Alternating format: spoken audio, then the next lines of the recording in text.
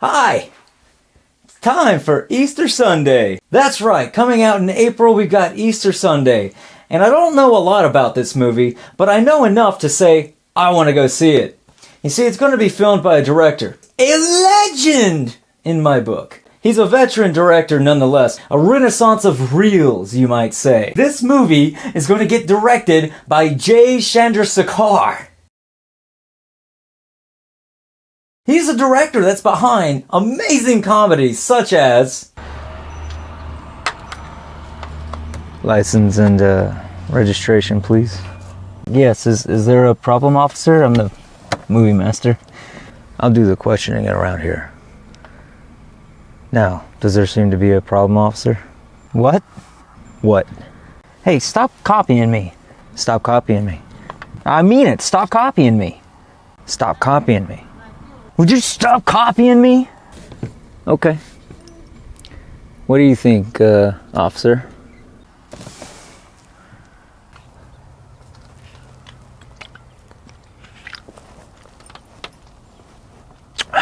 Well, I'm almost done with this, so,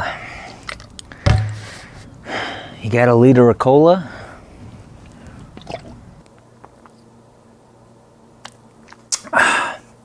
Oh, hi. Yeah, I remember my first beer too. Now, while Ken Ching is an established television writer, this is going to be his first feature-length film. So, he might kill it, you know? He might kill the comedy. Are you catching my drift?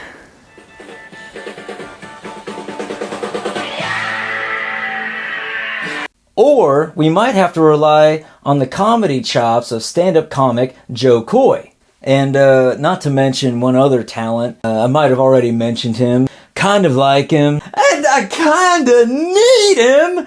Jay Chandrasekhar! Now the film itself is going to be a comedy based around real-life experiences of stand-up comic Joe Coy, centered around an Easter Sunday dinner where all of his family is coming over and it's going to get, like kind of crazy and there's going to be some weird hijinks.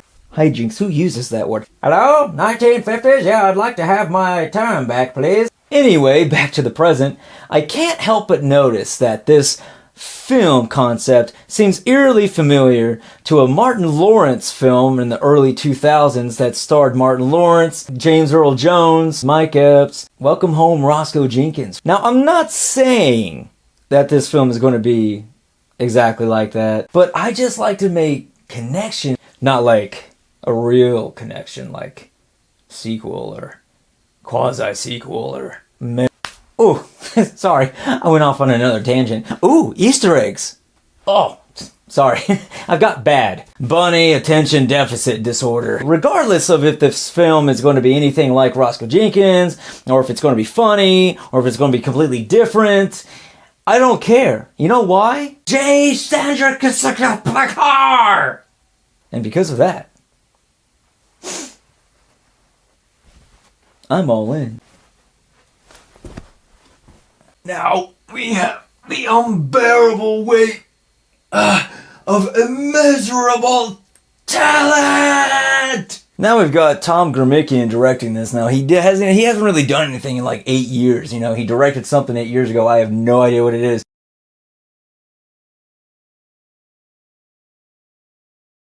But he directed it, and now we got him directing this wonderful masterpiece to be. Now the other director, Kevin Eaton, he's heavy in television, but this is going to be his first feature-length film as a director. However, both of these guys worked on 2014's Awkward Moment together, but I guess the moment wasn't that awkward because they seem to work pretty good together.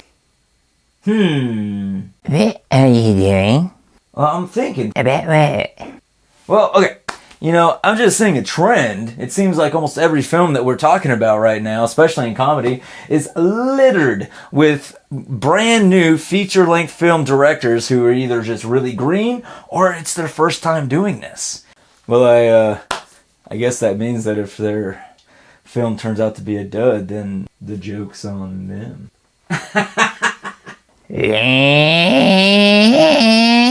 Moving on. So, right here we have a somewhat of a meta movie, okay? Well, okay. A meta movie is kind of like it's a movie about a movie. It's a movie within a movie, about a movie, over a movie, inside a taco truck, within a Taco Bell, eating a burrito. Something like that. Right here we have Nicolas Cage not playing any of his characters. Why couldn't he put the bunny back in the box? Face off. Face off.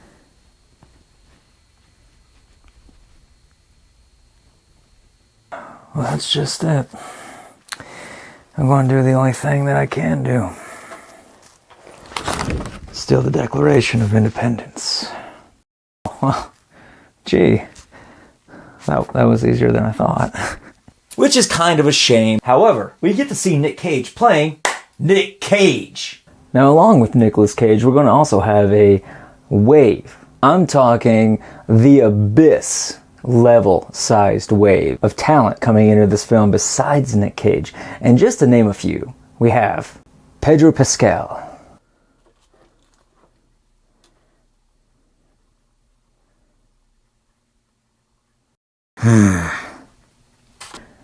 This is the way. Neil Patrick Harris. This is going to be legend. Wait for it. I hope you're not lactose intolerant. To the last phrase of that word is dairy. Legendary. And what's really funny is it kind of tackles Nick Cage's real life scenario right now. In the preview, you kind of see him with Neil Patrick Harris, and he's talking with him saying, you know, you really haven't done anything in a long time. You just kind of been like chilling out in this hotel. You owe them a lot of money, and you need to do something. Which isn't totally accurate. He's done a few things here and there. Mostly like tiny little straight to red box or streaming kind of movies. But not something big like he used to do. Whew, it's getting cold in here. Where's my coat? Well, I take it to the city dump cleaners. Or was it the cleaners at the city dump? Well, I can't really remember. I hate you. Oh, that's better. Where were we? Oh yeah, Nick Cage. So, what happens, Neil Patrick Harris being one of the coolest guys in all of Hollywood, he decides to help Nick Cage out. Hey man, so like there's this, $1 million job that, you could get and pay off all your debts and, maybe get back in the limelight. What do you think? Now, next up in comedy is Legally Blonde 3. Now, I don't think that any of us really foresaw this happening, becoming a trilogy and all. I mean, the first one was so long ago and it was so good, you never really thought that there were going to be 3. No, it's not like it's hard. It's just, some movies are just so good and so timeless. It's hard to fathom them creating a sequel that's, just as good, let alone a third one. But hey, this is like a staple in Reese Witherspoon's career. So you know what? If she's really good at it and she wants to keep going, I think that we're going to keep watching. Now again, we have another green director in Jamie Suki. Okay, like her first feature-length film kind of green. We're going to be doing a lot better in the writing department for the fact that somebody that isn't green is coming back for writing Legally Blonde 3. You see, we have Karen McCullough, who actually wrote the first film, is coming back and helping writing the third one, along with another big name. Hey, who said you could leave the office?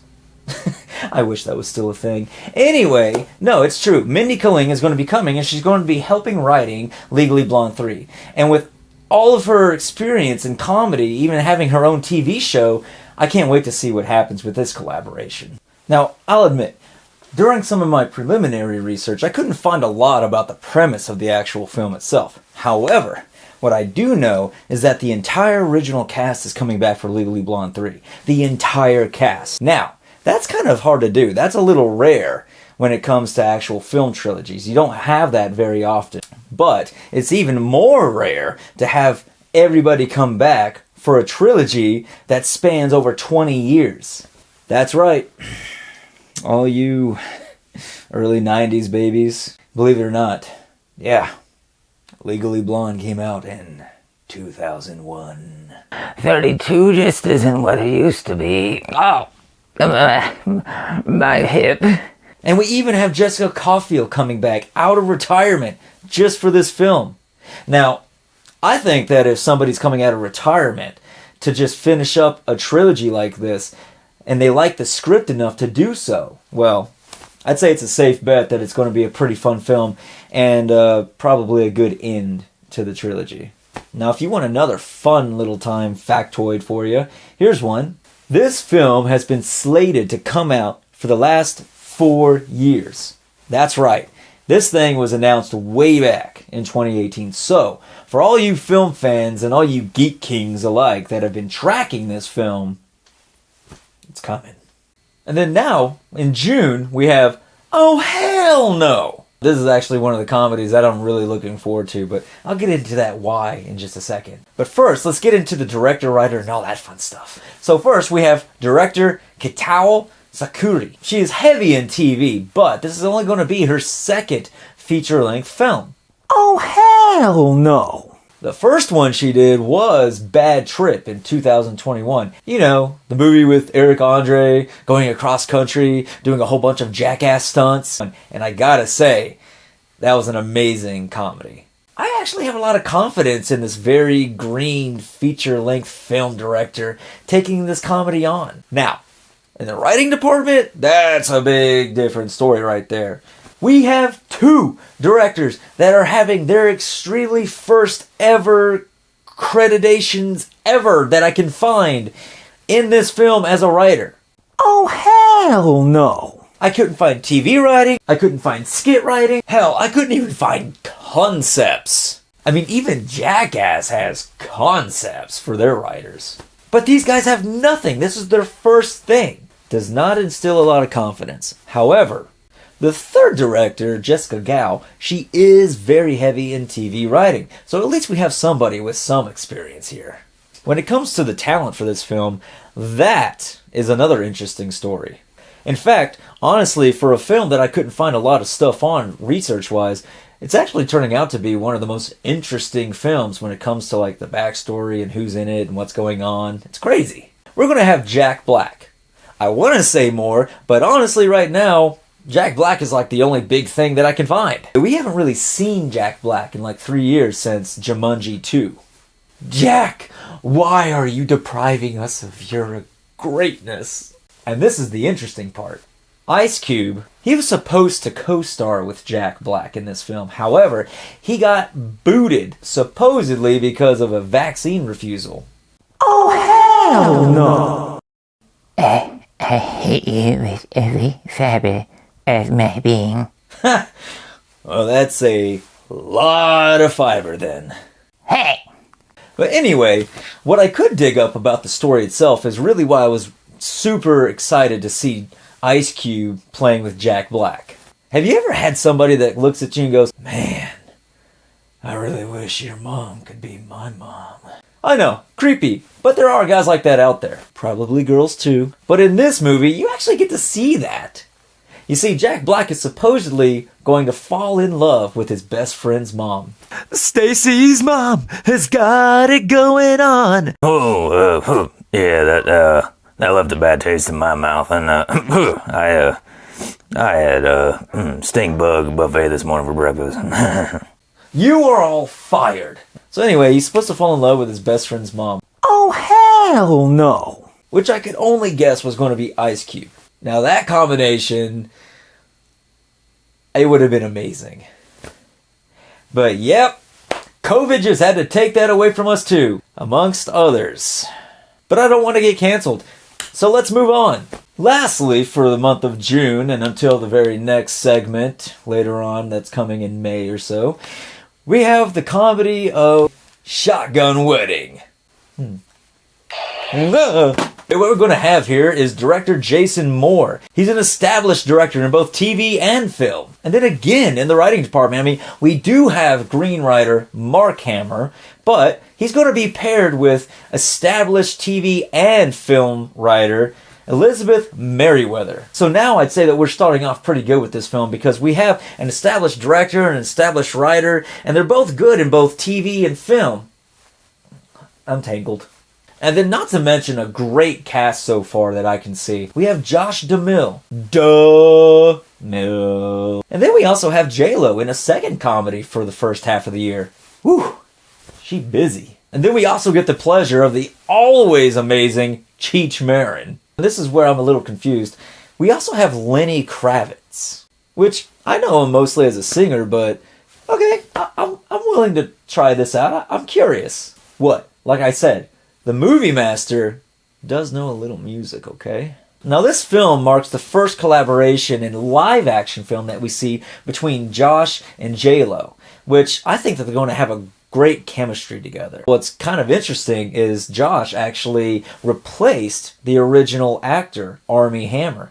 And to be honest, I'm okay with that. Why is that? Look, it's not just because of the controversy surrounding Armie Hammer. If you want to look that up, go for it. That is kind of a problem, though, because it has been known that controversy can stall films for a long time. So, that's one thing. And then, to be honest, the other... I just find Josh Duhamel just a lot more charismatic than Armie Hammer, so... Toto, dig a hole. Oh, I'm sorry. Is your name Arm and Hammer? Because I'm about to clean your clock, guy. Right. Nothing to see here. Nothing. I was just kidding. Toto, come on, let's go. Oh man, that was funny. Hey, you guys. So apparently this couple's going on their wedding, and it's not just any wedding, okay? This is Josh Duhamel and J-Lo, okay? J-Lo! It's J-Lo! So, come on, we're not gonna just have a regular wedding, okay? It's gonna be an amazing, majestic wedding.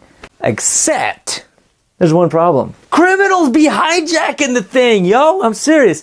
They come and they take over the whole thing. And then during this whole thing, while the criminals are doing their thing, hijacking weddings and, stealing cake or whatever, Josh Duhamel and Jennifer Lopez, they both find out why they fell in love in the first place. Which is kind of strange, because you would think that when you got to the wedding, you kind of know. However, they come back together, save their family, save the day, and beat the bad guys all in their trip. This sounds a lot like Kurt Russell's movie Captain Ron back in the day. Oh yeah, remember me? Captain Ron. I got a haircut. Oh, well, obviously, it's me. Well, you seem to forget one thing, mate. You see, I'm, Captain Jack Sparrow. Oh, well, I've just got rum. Right, Captain, he's the captain. Okay, why don't you just give me some of that rum there? Okay, well, looks like the, pirates are gone.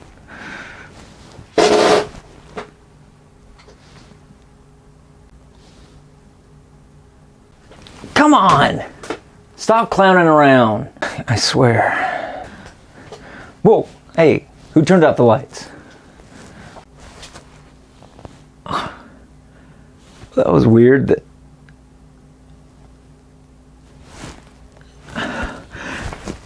Stop clowning. Wait, I'm not gonna say it this time.